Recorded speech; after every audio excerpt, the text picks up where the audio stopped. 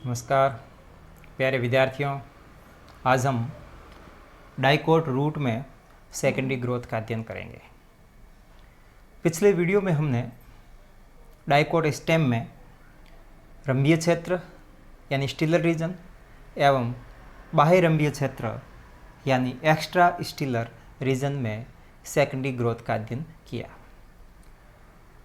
Dicot root में secondary growth होती है वेस्कुलर कैम्बियम और कॉर्क कैम्बियम के द्वारा, जबकि मोनोकोट रूट में इस प्रकार के कैम्बियम का निर्माण नहीं होता है। इस कारण मोनोकोट रूट में सेकेंडरी ग्रोथ नहीं पाई जाती है।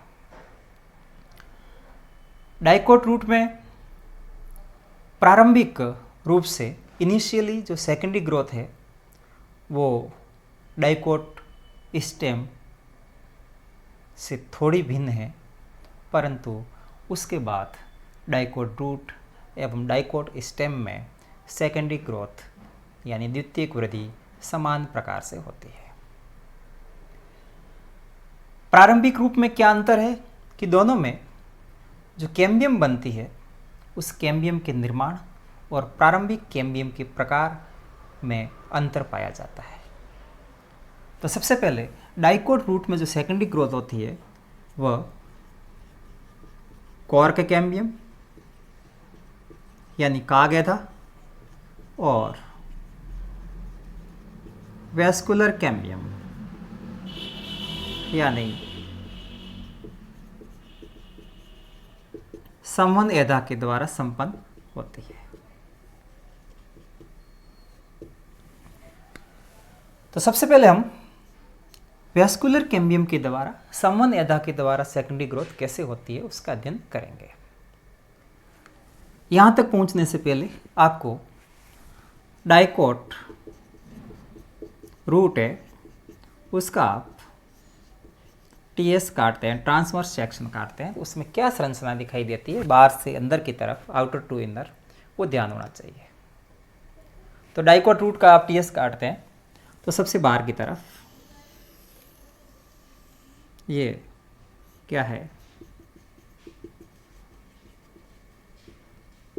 एपिडर्मिस है, बाह्य त्वचा है।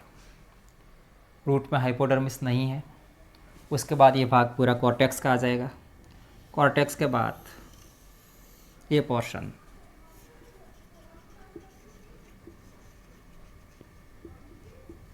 एंडोडर्मिस का हो गया, अंत्य त्वचा का हो गया। फिर इसके भीतरी तरफ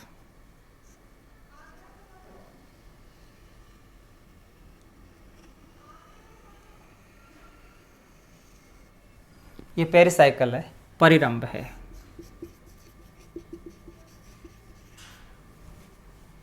सेंटर में छोटे पोर्शन के रूप में पित्त होगी और यहाँ पर इसके वेस्कुलर बंडल होते हैं। तो रूट की बात हो रही है तो रूट में वेस्कुलर बंडल कैसे होते हैं ये आपको ध्यान होना चाहिए। तो मूल में जो वेस्कुलर बंडल है वो रेडियल यानी अरीय प्रकार के होते हैं। अरीय का मतलब जाइलम और फ्लोएम है, वो अलग अलग रेडियस या अलग अलग त्रिज्याओं पर स्थित होते हैं और अल्टरनेट क्रम में स्थित होते हैं। अल्टरनेट क्रम का मतलब जैसे यहाँ पर ये जाइलम है,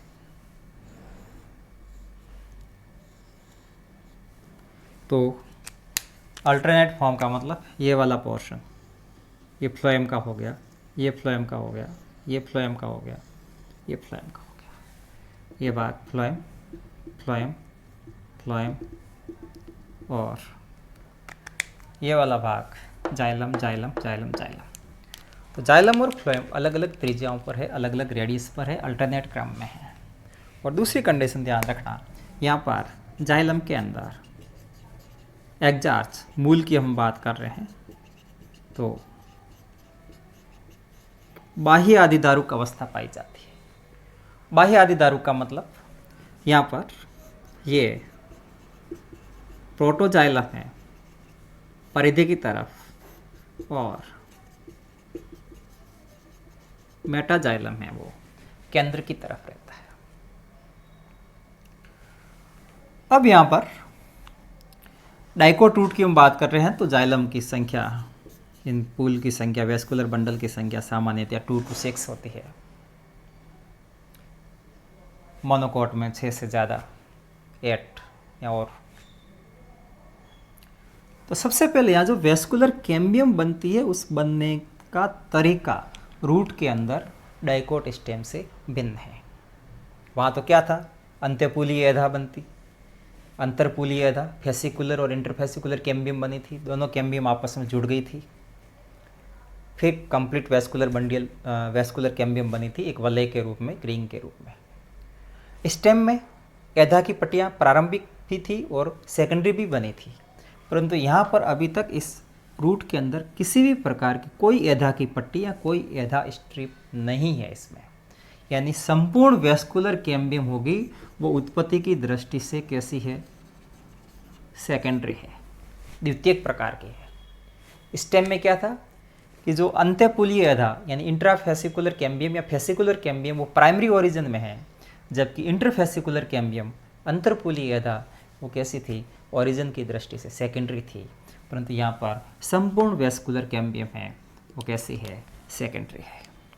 अब यहाँ पर जो एधा बनेगी उस एधा बनने का तरीका क्या है वो देख लेना। तो सबसे पहले आपको पता है कि जाइलम और फ्लोएम के मध्य कंजक्टिव टिश्यू है। ये टिश्यू, यहाँ पर जो टिश्यू है, ये टिश्यू है, ये टिश्यू, ये कैसे टिश्यू है, इनको हम कंजक्टिव टिश्यू कहते हैं, संयोजी ऊतक कहते हैं। तो सबसे पहले जो फ्लोएम है, ये भाग फ्लोएम के नीचे की तरफ जो कंजक्टिव टिश्यू है, इसकी कोशिका विभजित की होकर के एधा की पट्टी बनाती है। यानी यहाँ एधा बन गई, यहाँ पर एधा बन गई, यहाँ एधा बन गई और यहाँ एधा बन गई। ये फ्लोएम के नीचे की तरफ है। यहाँ पर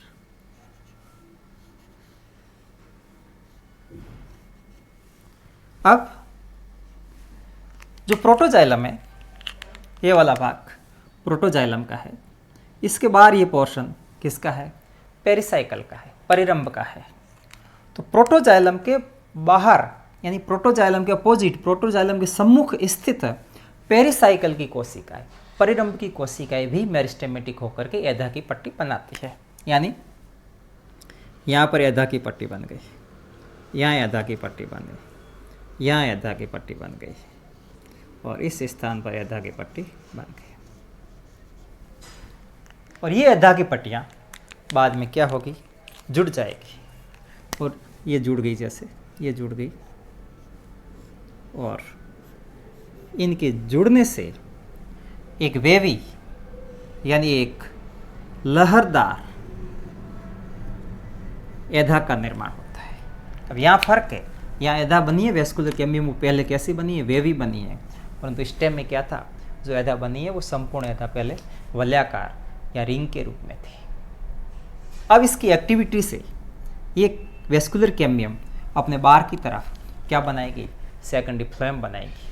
अंदर की तरफ क्या बनाएगी, सेकेंडरी जाइलम बनाएगी। दूसरी बात ये ध्यान रखना कि सेकेंडरी फ्लोएम की तुलना में सेकेंडरी जाइलम है वो अधिक अनुपात में बनता है। और अंतर की दृष्टि से ये ध्यान रखना, ये वाला भाग, ये वाला भाग, ये वाला भाग, ये वाला भाग वेस्कुलर कैम्बियम का जो फ्लोएम के भीतर की तरफ है, प्रारंभ में यहाँ पर एक्टिविटी है, ये एक्टिविटी इन भागों की तुलना में, जो जाइलम के बाहर की तरफ है, इन भागों की तुलना में इस स्थान पर वेस्कुलर कैम्बियम की एक्टिविटी ज़्यादा होगी। और इस एक्टिविटी के ज़्यादा होने से और अंदर की तरफ सेकेंडरी जाइलम के ज़्यादा बनने से इस भाग की तुलना में यहाँ पर सेकेंडरी जाइलम अंदर की तरफ ज़्यादा बन रहा है। तो इस कारण इस एक्टिविटी के द्वारा ये वाला भाग, ये वाला भाग, ये वाला भाग और ये वाला भाग धीरे धीरे बाहर की तरफ आएगा। और बाहर की तरफ आने के बाद एक स्थिति ऐसी आएगी कि उस समय ये वेस्कुलर कैम्बियम संपूर्ण है वो वलयाकार हो जाएगी, रिंग शेप्ड हो जाएगी। और अब वो उसी प्रकार से सेकेंडरी ग्रोथ करेगी जैसा वो स्टेम में कर रही थी। बाहर की तरफ सेकेंडरी फ्लोएम बनाएगी, अंदर की तरफ सेकेंडरी जाइलम का निर्माण करेगी और मूल के व्यास में या डायमीटर में वृद्धि होती रहेगी। अब निरंतर यहाँ पर सेकेंडरी जाइलम और सेकेंडरी फ्लोएम बनते हैं, तो उनके बनने से जो प्राइमरी जाइलम है वो धीरे धीरे कहाँ जाएगा, वो प्राइमरी जाइलम धीरे धीरे पित्त की तरफ जाएगा, मज्जा की तरफ जाएगा और धीरे धीरे वो उस मज्जा का स्थान ले लेगा, मज्जा के अंदर समाहित हो जाएगा। इसी तरह से बाहर की तरफ सेकेंडरी फ्लोएम बनता है, उस सेकेंडरी फ्लोएम के बनने से जो प्राइमरी फ्लोएम है वो बाहर की तरफ धकेला जाएगा पेरिसाइकिल की तरफ, और उस बाहर की तरफ धकेलने से प्राइमरी फ्लोएम पर प्रेशर पड़ेगा, दबाव पड़ेगा, और उस दबाव के कारण प्राइमरी फ्लोएम है वो कैसा हो जाएगा, विघटित या अपघटित हो जाएगा। आपको पैचेज के रूप में थोड़ा थोड़ा दिखाई देगा, अपघटित प्राइमरी फ्लोएम। तो इस प्रकार डाइकोट रूट में वेस्कुलर कैम्बियम के द्वारा या संबंध एदा के द्वारा द्वितीयक वृद्धि होती है। धन्यवाद।